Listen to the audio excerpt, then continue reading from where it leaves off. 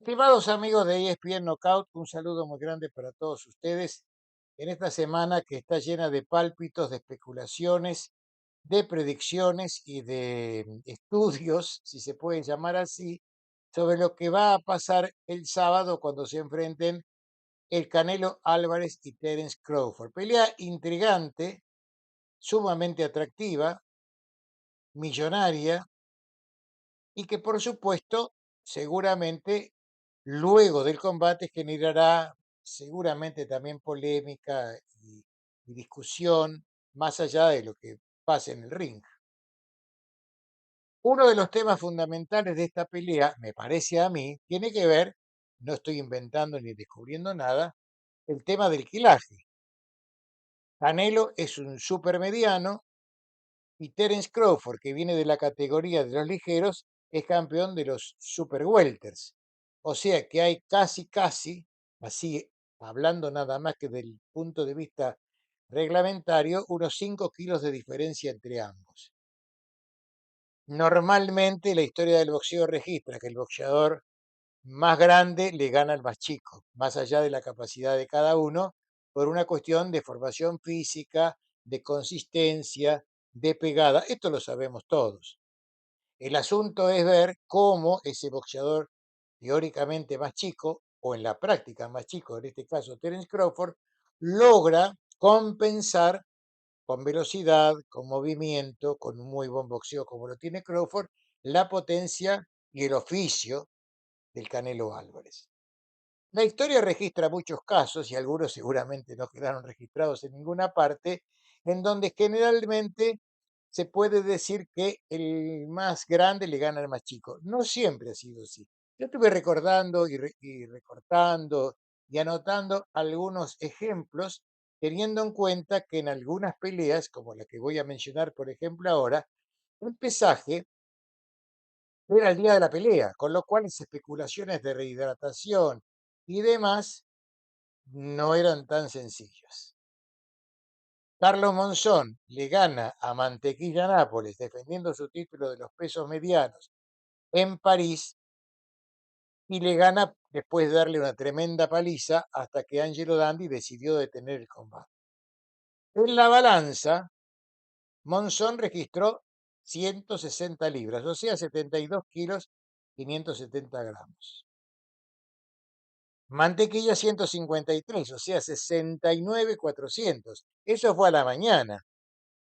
Te pueden imaginar que esos 72 kilos de Monzón se habrán ido a 6, 7 kilos más, porque era un mediano natural casi cercano a un físico. En esa época no existía la división de los supermedianos, a medio pesado. Mantequilla, que era un peso welter que no podía subir demasiado más sin perder velocidad. Así le fue. Se enfrentó a un Monzón mucho más recio, más áspero, peleando cómodo, y así la pelea la ganó Monzón claramente. En aquel momento se discutió mucho y se especuló mucho con la pelea. Yo recuerdo que cuando volvieron de París, hablé con Brusa, lo felicité, por supuesto, y le dije, qué gran victoria han tenido, Brusa, la verdad. Y Brusa me dijo, no, pibe, no es así. Es la pelea más fácil que tuvimos, porque había una diferencia muy grande de kilos, y fue así efectivamente. No es el único caso. Yo tengo por ahí alguno que podría ser casi, sí, es a la inversa. En el año 1987, yo estuve allí, Ray Sugar Leonard se convierte en el primer boxeador que, habiendo sido campeón mundial de la categoría welter, llega a consagrarse campeón supermediano y además medio pesado en la misma velada.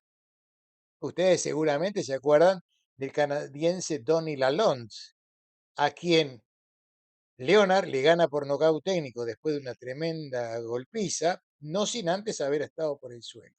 Pero vayamos a los números, porque Leonard para esa pelea registró 74 kilos 800, es decir, 165 libras. Lalonde 75 750, o sea, 167 libras. Pero el límite de la categoría de los medios pesados es de 79 kilos 378 gramos. O sea, para Leonard subir a supermediano, porque no estaba el límite de la categoría de los medio pesados, no fue muy difícil, pero para Lalonde bajar a supermediano le costó muchísimo. Se hizo un catchweight.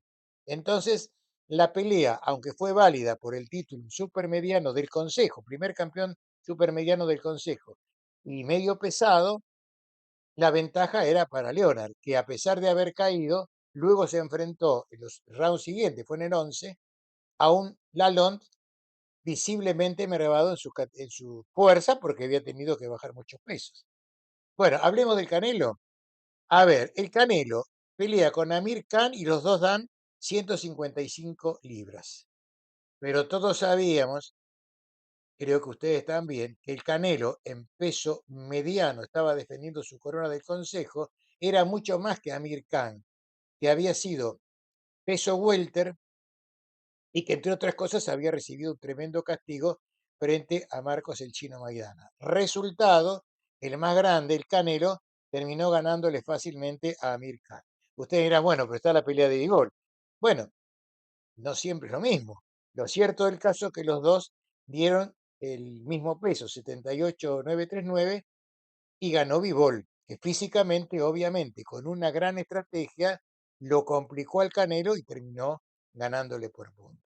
No los quiero abrumar con tantos detalles, pero hay historias que vale la pena ser contadas porque tienen que ver con el folclore del boxeo, con la historia de cosas que ya no se van a producir nunca más.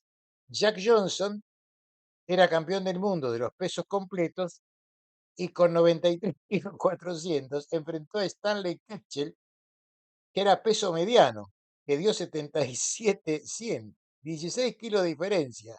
Lo gracioso, que según los cronistas de la época, el que estaba arriba era Stanley Ketchel, mucho más, se movía mucho más que Jack Johnson por la gran diferencia de peso, hasta que en algún momento Jack Johnson es como que se aburrió, metió una mano y se terminó la pelea. 16 kilos de diferencia. No cago en el 12º round. Y uno de los combates que permanecen en la historia como un símbolo de una historia totalmente atractiva es cuando Ray Sugar Robinson intenta el campeonato de los medios pesados frente a Joey Maxim. Cuando se hizo la pelea, el apoderado de Maxim, el promotor, dijo, yo lo único que preciso es un jurado que sepa contar hasta 10. Maxim era un peso medio pesado natural, pesó 78 kilos 500. Robinson pesó 71,214, porque era mediano. La pelea y la historia se robustecen porque en el desarrollo del combate, el que iba ganando en las tarjetas era Ray Robinson, que fue, por supuesto, uno de los más grandes boxeadores de toda la historia. Pero esa pelea fue en junio del año 52. Fue un récord de calor extraordinario y como la pelea era al aire libre y demás, dicen que hasta la pintura de los postes empezó a aflojarse del calor que hacía. Entonces Robinson no solamente peleaba contra Joey Maxim, estaba peleando contra el calor. De hecho, el referí del combate, Rudy Goldstein, se desmayó y tuvo que ser reemplazado por Ray Miller. De ahí en más siempre hubo un árbitro a la vera del ring por si pasaba algo. Lo cierto del caso, que allá por el round 13, Robinson, que iba ganando en las tarjetas, prácticamente se desvaneció y perdió por retiro porque no podía más. Me acuerdo que en alguna parte leí que Ruby Goldstein, cuando se despertó en los vestuarios, preguntó y ganó Robinson, ¿no? Porque para él estaba ganando Robinson la pelea. Dijeron, no, ¿cómo no? No, no pudo seguir combatiendo. Esas grandes diferencias de quilaje hoy por hoy son mucho más difíciles, pero también está el tema de la rehidratación, etcétera, etcétera, que a veces demuestra que los pesos no son los reales. Una cosa es lo que pesa en el Canelo y Terence Crawford un día antes y otro día lo que recupere cada uno el día siguiente. El Canelo va a subir fácilmente 6 o 7 kilos y a lo mejor me estoy quedando corto, pero va a ganar, aunque esté un poco más lento, porque ya está un poco más lento, en una tremenda fortaleza, porque además no es lo mismo recibir un golpe de un supermediano entero que de un super welter inflado a supermediano. Y a su vez Crawford, cuando lo conecta el Canelo, no es un gran noqueador, aparte, se va a dar cuenta que le está pegando a alguien que está mucho más fuerte que él, porque Crawford puede subir, seguramente va a subir después del pesaje oficial, pero ¿hasta qué punto? Porque si sube demasiado, va a estar lento. Y una de sus armas es justamente la velocidad. Esto hace intrigante la pelea y todo esto que les estuve contando tiene que ver con la anécdota, con la historia, con que esto no es nada nuevo, por supuesto, las diferencias de kilos entre un boxeador y otro, la ventaja que siempre lleva el naturalmente más fuerte y más potente, pero no se olviden, no nos olvidemos que esto es boxeo. Por consiguiente, Crawford está en la más dura prueba de su vida, va a tener que demostrar hasta qué punto puede ingresar a la historia nada más ni nada menos que como el hombre que le ganó al Canelo Álvarez siendo más chico. ¿Será así? Bueno, seguramente ustedes van a dar su opinión, me interesaría mucho escucharla, verla y analizarla, y seguramente después de la pelea no faltarán las clásicas charlas en donde cada uno aportará lo suyo, y en esto me incluyo porque después de la pelea espero volver a charlar con ustedes. Que la pasen muy bien y a esperarle el combate que promete ser intrigante, complicado o tal vez no. Ya se sabe que después, con el diario del lunes, todos tendremos una opinión de aquellos que dicen yo lo había dicho antes. Que la pasen muy bien.